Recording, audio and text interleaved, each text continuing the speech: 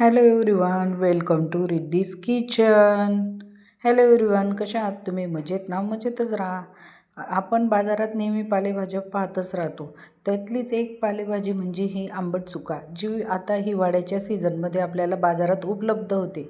हिची चव आंबट असते आणि हिला 2-3 प्रकारे बनवता येते. तर आज आपण तुरीची डाळ घालून आंबट चुका बनवूया. चला तर मग. आंबट चुका बनवण्यासाठी एक जुडी मी आंबट चुका घेतली, 3 वांगे घेतले, 4 ते 5 मिरच्या घेतल्या हिरव्या आणि तुरीची डाळ घेतली. आता अगोदर आपण आंबट चुका ही खुडून घेऊया. तिचे जे जाड जाड देठ असतात ते खुडून घ्यायचे. जर तुम्हाला जास्त आंबट पाहिजे असेल तर तुम्ही ते पण टाकू शकतात, पण मला थोडी मिडियमच पाहिजे म्हणून मी बाकीची जाड दांड्या ज्या आहेत त्या काढून घेतल्या आहे. आपण जर सगळ्या जाड दांड्यासह टाकली तर खूप आंबट होऊन जाते. त्याच्यासाठी मी अर्ध्या जाड दांड्या काढून घेत आहे. अशी आपण सगळी भाजी ही आपली झाली निवडून. आता आपण हिला स्वच्छ पाण्यात धुवून टाकूया.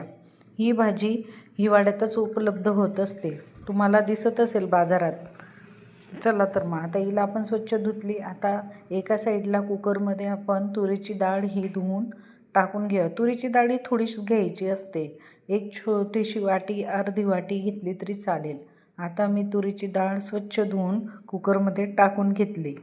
त्यानंतर आता आपण वांगे कापून घेऊ. वांग्याचे देठ हे टाकायचे नाही, फक्त पुढचा भाग हा कापून टाकायचा. वांगे 3 ते 4 टाकले तरी चालतात. मी 3 वांगे टाकलेले आहे. फक्त जास्त नाही टाकू.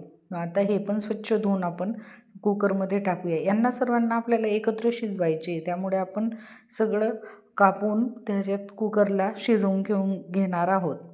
आता आपण जी आंबट चुका धुतली होती तिला आता आपण बारीक चिरून घेऊया.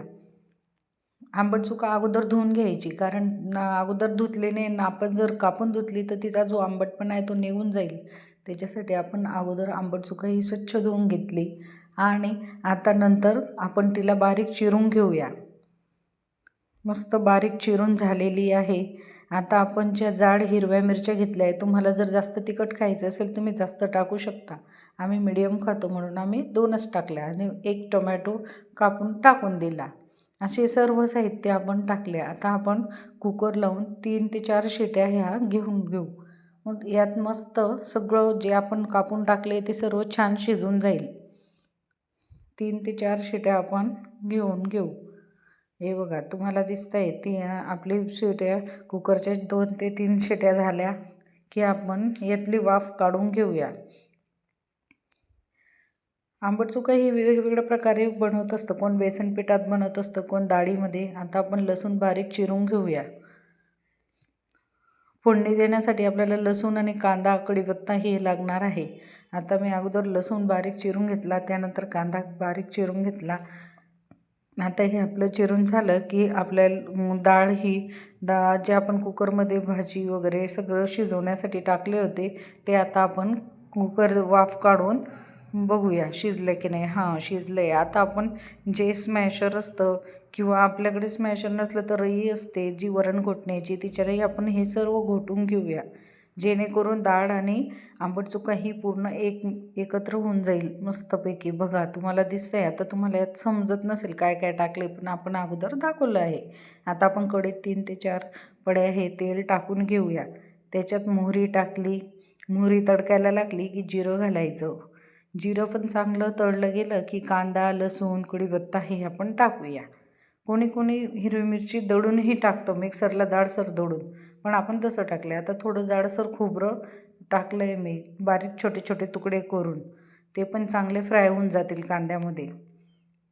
खोबरं तुम्हाला ऑप्शनल आहे, तुम्हाला टाकायचं असेल तर टाका. मी टाकलेलं आहे. आता कांदा आणि खोबरे लालसर झालं की हळद, मसाला टाकूया, धण्याची कूट असे टाकूया. आता आपण जे कुकरमध्ये आपण घोटलं होतं डाळ, आंबट चुका वगैरे ते सर्व आपण यात टाकून दिलेलं आहे. आता थोडंसं पाणी घालूया. तुम्हाला जर थोडं पातळ हवं असेल तुम्ही अजून घालू शकतात, पण आम्ही 2च जण असण्या कारणाने मी थोडीच भाजी बनवते. आता चवीनुसार मीठ घातलं. मीठ घातलं गेलं, नंतर जाडसर थोडं शेंगदाण्याचं कूट घातलं. शेंगदाण्याचं कूट हे थोडं जाडसरच हवं, तेव्हाच त्या भाजीला मस्त टेस्ट येते. आता गॅस हा आपण थोडा फुल केला. भाजीला उकळ फुटून गेली, कारण ऑलरेडी कुकरमधलंच आपण हे घातले होते, भाजी घातली होती, त्यामुळे गरम असल्यावर कारण लगेच भाजीला उकळ आली. ही बघा भाजी किती छान दिसते. आता चला आपण ही भाजी चपातीसोबत, बाजरीच्या भाकरीसोबत किंवा भातासोबत, भातावर तर एकदम अप्रतिम लागते. चला तर मग या गरमागरम आंबट चुक्याची भाजी, भात आणि चपातीसोबत खायला. आजची रेसिपी तुम्हाला कशी वाटली यूट्यूब फॅमिली?